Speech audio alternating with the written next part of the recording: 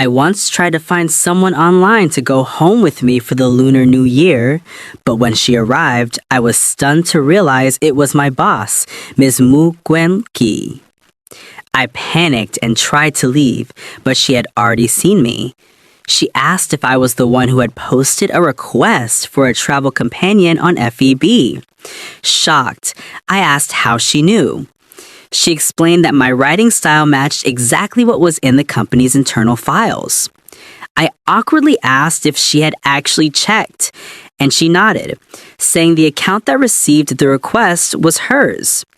I didn't know whether to laugh or cry. I asked what we should do next.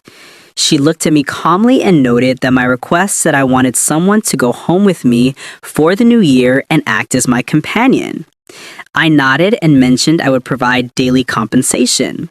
She paused for a moment, then smiled and said it was a deal. Later, I found out why she had agreed so easily.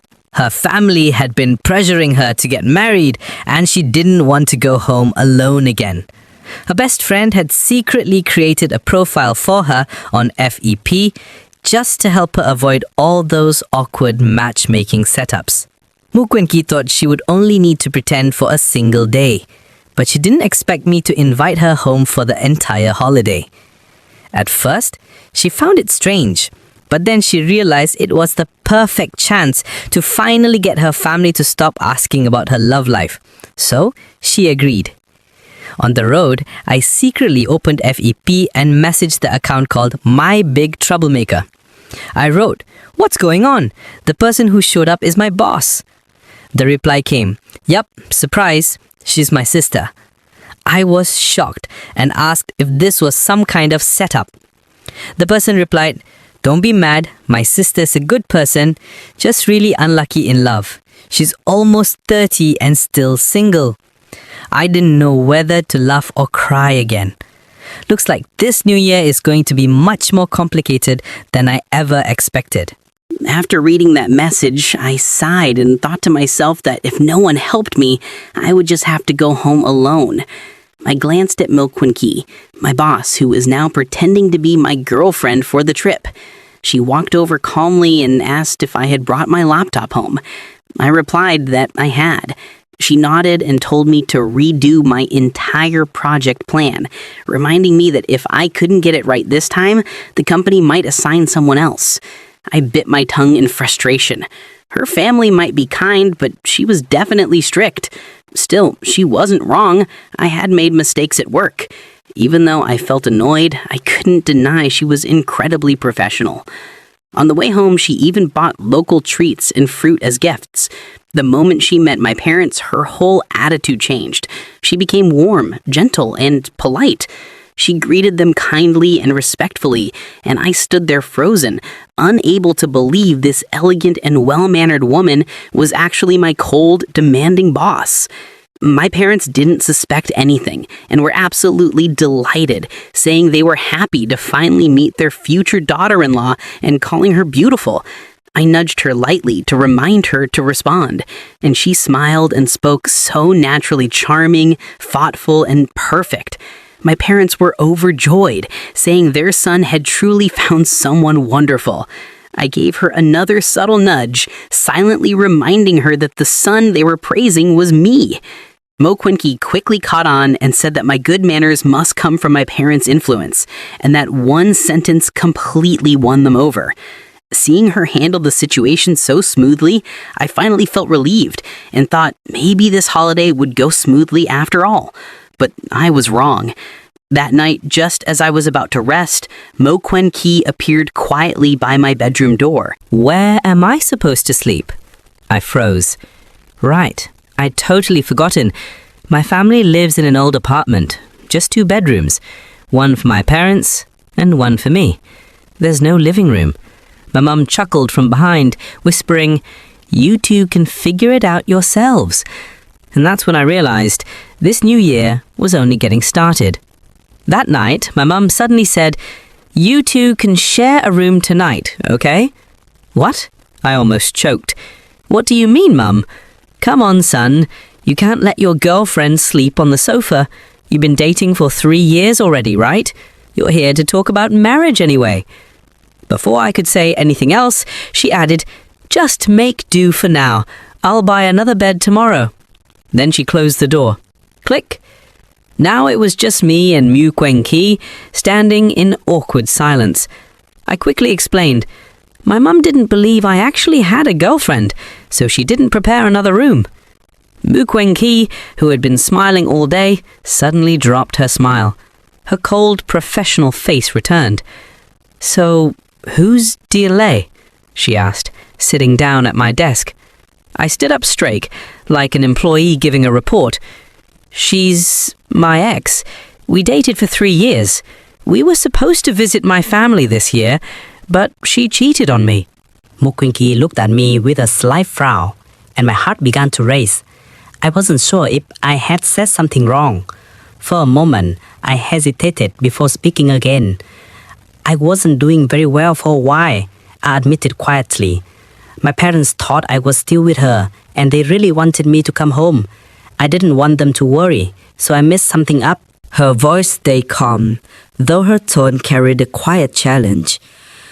"So you thought hiring a pretend girlfriend was a good idea? Really, Tam Tang?" Hearing her use my full name made my stomach twist. "I'll explain, I promise. Let's just get through tonight first." She let out a small sigh and studied me for a moment. Even though this wasn't a work situation, I still felt that same anxious pressure. Finally, she spoke again, softly but clearly. "Are you scared of me?" I froze for a moment, quickly shaking my head and saying no. She stood up and said she would take the floor while I used the bed. I protested, saying she was my guest, but she insisted, leaving me no choice but to agree. Looking back, if I had known how unpredictable that night would become, I might have chosen to sleep somewhere else instead. Later, she asked if she could borrow a towel because she had forgotten to bring one. While I was spreading out the blanket, I mentioned that there was a fresh towel in the drawer. She opened it, then paused and quietly said that it appeared to be empty. I told her to try looking again, thinking the towel might be stuck underneath something. Her voice sounded a little uncertain, and when I turned my head, I froze as well. The drawer she had opened was full of my personal belongings, things I definitely didn't want anyone to see. I wanted to disappear right then and there. Quickly closing the drawer, I muttered that maybe my mom had moved the towel somewhere else and that I would look for it later. She sighed softly and went to take her shower. When she came out, there was a faint scent of soap in the air, light and clean. I couldn't help glancing at her. She looked completely different from her usual strict office self, gentler and more relaxed. Then she turned around and caught me looking. My heart jumped as she folded her arms and told me I was staring. I tried to play it off, saying she must have good eyesight, but she replied that being nearsighted didn't mean she was blind. Embarrassed, I quickly pulled the blanket over my head. Even after the lights went out, I couldn't fall asleep. The room was small, and she was resting on the floor right beside my bed. I could hear her calm, steady breathing, and the thought that there was another person so close made my heart race uncontrollably. Around midnight, I needed to use the bathroom. I got up carefully, trying not to wake her, but the only way out was right past where she was sleeping. She seemed fast asleep, her breathing quiet and even. I tried to tiptoe around her, but somehow my foot caught on something and I stumbled forward. Before I knew it, I slipped and fell right on top of her. Her eyes snapped open and she called my name in shock. I quickly stammered an apology, explaining that I had only been trying to go to the bathroom. She told me to move my hand immediately, and my heart nearly jumped out of my chest. So much for having a peaceful night. It was then that I realized my hand had accidentally landed somewhere it definitely shouldn't have. I panicked, quickly sitting up, but the sudden movement threw off my balance, and I ended up falling again in the same direction.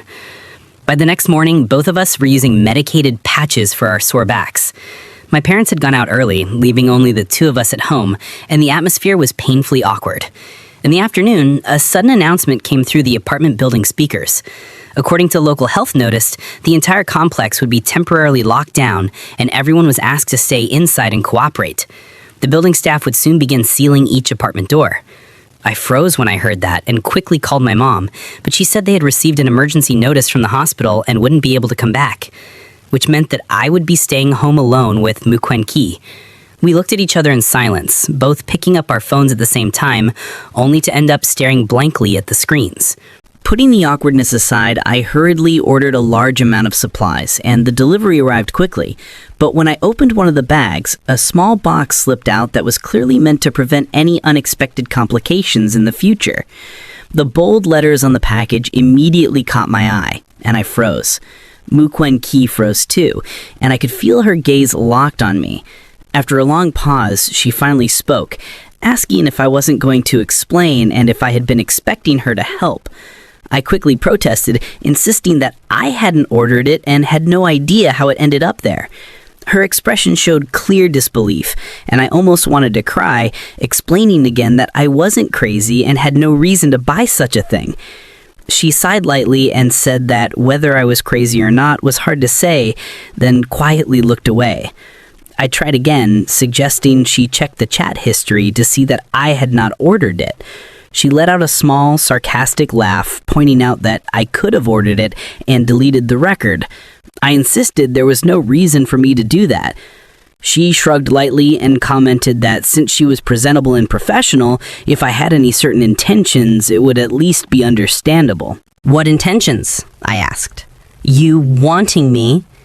At that moment, my pride suddenly flared up, and before I could think, I blurted out, "If I really had that intention, I wouldn't need something like this." Right then, someone from the building staff knocked and informed us the package had been delivered to the wrong apartment. It belongs to someone else. My eyes were practically filled with tears. I almost wanted to sing a thank you anthem. See, I told you I'm innocent. But because of that one careless sentence earlier, Mukwen-chi still didn't fully trust me. She even kept a bit of distance, acting overly cautious, as if she were a noble lady guarding her dignity. It was New Year's Eve. No matter how awkward things were, we still had to make something to eat. I suggested instant noodles, but unexpectedly, Mukwen-chi rolled up her sleeves and went into the kitchen. 2 hours later, she placed a whole dinner spread on the table. It looked beautiful, and it tasted great. We sat in front of the TV, eating and watching the New Year program. The atmosphere gradually became warm and easy. We actually got along surprisingly well. We liked the same kind of movies and music. Even our views on current topics were similar. It's funny, just that afternoon, we could barely tolerate each other. Now we were talking nonstop. After dinner, her mom called through video chat. I was briefly introduced as a friend. Her mother seemed very pleased. We exchanged New Year greetings. Then I turned to look at Mukwen-ki. "Hey, Muk," I whispered. "Did I act well just now?" "Very well," she replied. "Then, is there a reward?" I asked, half-jokingly. She picked up her phone. "I'm about to send out New Year lucky money in the company group chat. You can sit next to me and try to grab it." I instantly moved closer. She sent a red envelope. 200 yuan total. I only managed to grab a few cents. She sent another one. I got 3 yuan. She kept sending. I kept trying. After who knows how many envelopes, I finally grabbed the big one, the king envelope. I turned back, excited, and saw Mukwen-ki looking at me. There was a faint smile at the corner of her lips. Soft, gentle. For a moment, she looked so different. Like behind her strict exterior, there was another warmer side. I looked down at the group chat. The employees were all talking. Our manager is really generous this year. She used to send only 30 envelopes. This year, she's going all out. I had just been focused on grabbing them, not even paying attention to how many she sent. When I checked back, she had already given out several thousand yuan, almost like she was waiting for me to get the king envelope before stopping. Someone mentioned me in the group chat. Wow, lucky guy. He gets something in every envelope. Feels like he's sitting right next to the boss. I pretended not to see. Then she sent one last red envelope, privately to me. For the actor, she wrote. That night, she moved to sleep in her parents' bedroom. Before turning off the lights, she asked, "What do you want to eat tomorrow?" I get to request something? Just say it. The braised ribs tonight were really good. I'd like to have them again. Sure, she said softly. There are still some in the fridge. I changed her contact name in my phone to Chef Mook. I never expected that my manager could cook so well. If you live alone, you have to learn, she said. No boyfriend yet? I asked casually. I used to, but I got dumped because I was too busy with work. I always thought you and Assistant Yang were a couple, I said. What? Why does everyone think that? So many people ship you two, I added. Is that what everyone talks about all day? Did I say something wrong? It seems I need to schedule more mindset training for the team, she sighed. I then changed her contact name again, this time to Strong Independent Woman. Enough, she said. Let's go watch the New Year's comedy show already. After a while, she messaged me again. Just to be clear, Bing and I are only colleagues. Even through text, I could imagine her serious expression while explaining. Explain what? I replied. Her voice sounded lazy. She must have just woken up. She said, You really don't know? I tried to remember. Then it hit me. Last night, I woke up half asleep to use the bathroom. My body was awake, but my mind was still foggy. I went back to the wrong room and fell asleep again, without realizing someone was sleeping next to me. After hearing my explanation, she didn't believe me at all. I tried to defend myself. You can't blame only me. You didn't notice someone sleeping next to you either. I sleep very still, and I slept deeply last night. I trusted you, so I didn't lock the door. She paused. Unexpectedly, you really walked right in. Tam-tan, your courage is impressive. I quickly explained that it was intentional. She had just woken up, her hair slightly messy, and her tone was calm and relaxed. Then she said she needed to remind me about something important. I realized that even if I tried every possible approach to get help, she still wouldn't assist with the project proposal. I stayed silent, thinking that if she weren't my manager, I might have reacted differently. I took my laptop and went back to my parents' room to focus. I opened the project document, but had no ideas, and the more I tried to write, the more frustrated I became. I sent messages to my friends to vent, but they were all still asleep. Just letting it out made me feel a little better, so I refocused on work. After about an hour, I was finally getting into the flow when my phone rang. It was a voice message from my manager.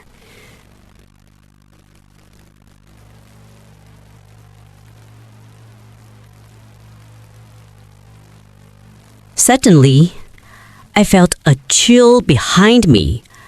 I turned around and saw Mo Gwinki standing by the door, looking at me with a calm and focused expression. The situation was extremely awkward.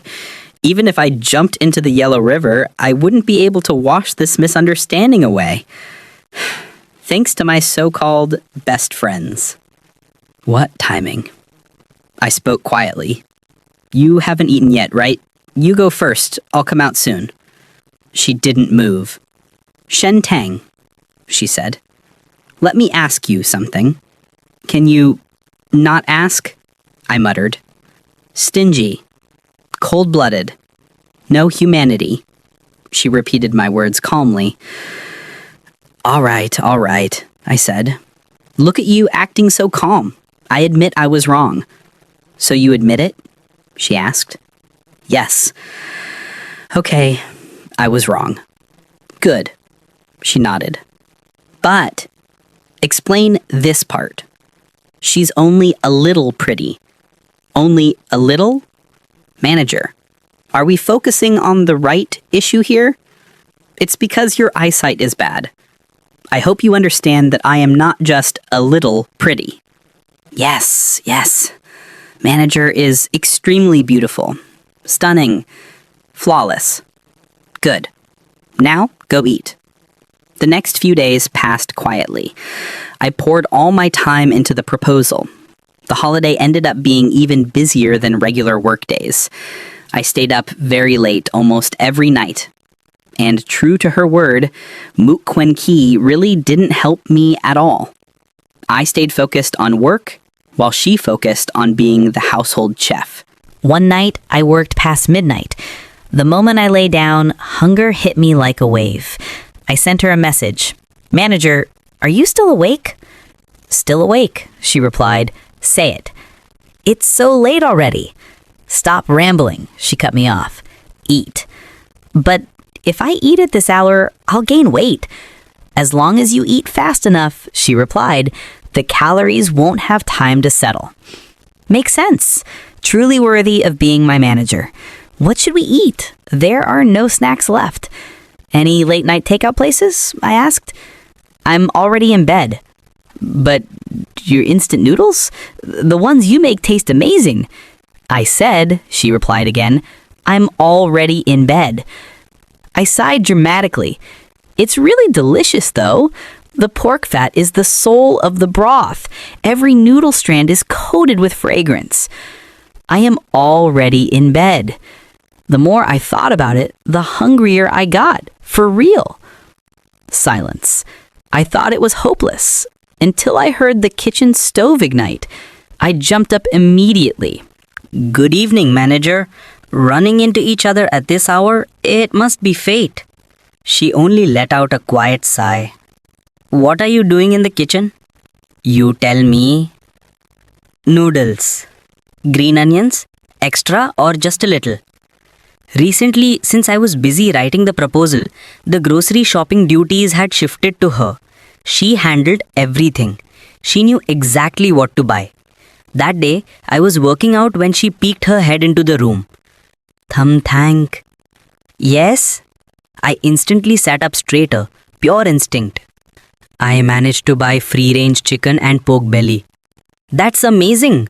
Manager Mook, you are my savior. I admire you so much. She accepted the praise lightly, then added, Also, I've been thinking about something these days. What is it?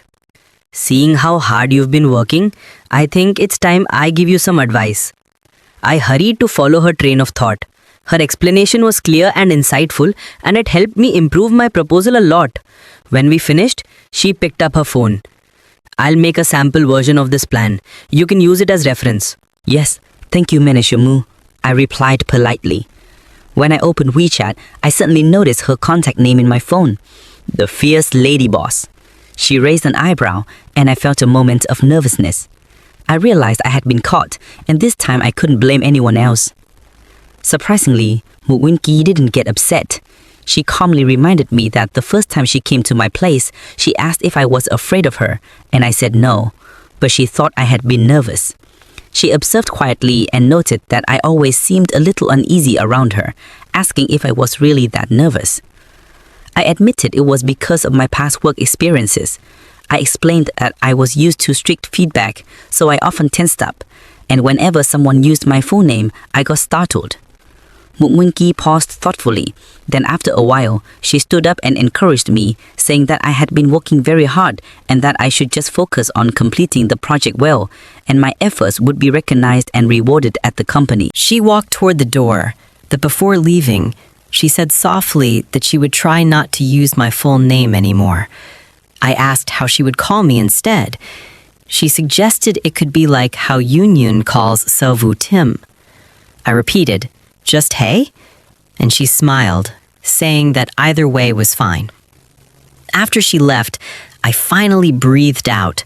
Later, Dai Ting Du messaged me, curious about what had happened. I explained everything. She told me that Manager Mu rarely guides anyone personally, so if she was making an exception for me, it meant she truly valued my work. I went quiet. During the lockdown period, she handled everything at the company on her own, while I focused completely on my proposal and couldn't help much. Thinking about it now, I felt a little guilty. I put down my laptop and went to the kitchen to make soup, filling the house with a warm, comforting smell. Mu Guanqi came out and placed the sweet braised ribs she had prepared in front of me. She said it was right on time. I hesitated, but didn't deny it. Some people still doubted the truth, including Mu Quinqi's assistant. My proposal was returned by Du Bin, who criticized me in the project group chat, saying the gap between my draft and the final version was too large and that no one could improve that quickly on their own. He implied there were unfair advantages. I had already explained everything, but the frustration remained. During dinner, Mu Quinqi noticed I seemed upset, so I told her what happened. I expected her to defend her assistant or tell me not to overthink it. Instead, her expression darkened. Without a word, she stood up and made a call. From the doorway, I could hear her voice, calm but firm, telling him that what happened at my place was her personal matter, that the proposal had been assigned by her, and that he had no right to question it. She ended the call by saying, "Let me make this clear. Tom Tang is under my guidance. No one is allowed to target him." After that, she returned to the table and continued dinner as if nothing had happened. The situation was resolved just like that. A week later, the lockdown in our building was finally lifted. That night, I was too excited to sleep, and apparently she was too. We texted through the wall. She asked if I still thought about my past relationship. I told her the past was behind me and I should focus on the future. She said her view of me had changed, that I was more serious, positive, and dedicated than she had thought. I replied that I also saw her differently. Now she could cook, and she was unexpectedly kind. She paused for a moment before typing back. "Let me share something with you. Only my family and you get to eat the food I cook." Her message made my heart skip a beat. I held my phone, unable to stop thinking about it. "Are you listening to music?" she asked. I could faintly hear the melody in the background. "Yes," I replied. "What song? I want to hear it too." I shared the track with her, and then both of us went quiet. The number of empty bottles kept increasing. We were both a little drunk. I don't know why, but I suddenly asked, "Can I call you that?" She replied softly, "Yes." She came closer. "Come here," she whispered. "Just a kiss." Her eyes were deep and earnest, filled with a warmth I couldn't refuse. I lowered my gaze, leaned in, and did as she wished. Everything after that felt like a blur. When I woke up, she was beside me, calm, quiet, as if nothing had happened. My heart wanted to believe this could change us, but then her phone buzzed, and the truth came with it. "You've always avoided relationships. Why him?" That one message said it all. She never wanted anything real, and I was foolish enough to hope. When we stepped out of this room, she would still be my boss. I would still be just her employee. So I decided to end it before it began. She was making breakfast when I came out. The silence between us said everything. I told her we should forget last night, that it was better this way. She looked at me shocked, her lips trembling slightly. And then she asked quietly, almost painfully, if that was really what I thought. Yes, this way we won't be a burden to each other. A burden? She lowered her eyes and gave a small laugh. Then, after a long silence, she whispered, "All right." She left that very day, and for more than 10 days after, all we had were a few short messages. When she returned, rumors spread quickly. Someone even posted a picture from the company lobby. "Look, the director is back. time to work hard again. In the photo, she had already returned to her usual self. Neat hair, glasses, composed, professional, distant. I went back to work a day later. My coworkers told me I came just in time. She had been assigned to another branch and would be gone for 1 or 2 weeks. Great, I thought. At least we wouldn't have to face each other. It would make things less awkward. But instead of relief, all I felt was empty. The chat history was still there. The days we cooked together, shared music, played games, talked about small things. Now, all of it felt like a dream that had already faded. The distance between our positions was something I could never truly cross. That was the reality. To forget it faster, I buried myself in work, studying, working overtime, keeping myself busy. On the 4th day since she left for the business trip, the office suddenly got a new refrigerator. Everyone started talking. Finally, the old one always smelled strange. Did the admin department replace it? No, they said it wasn't them. Then who? Director Mook asked for it to be replaced. I couldn't help but look up. She never cared about small things like that.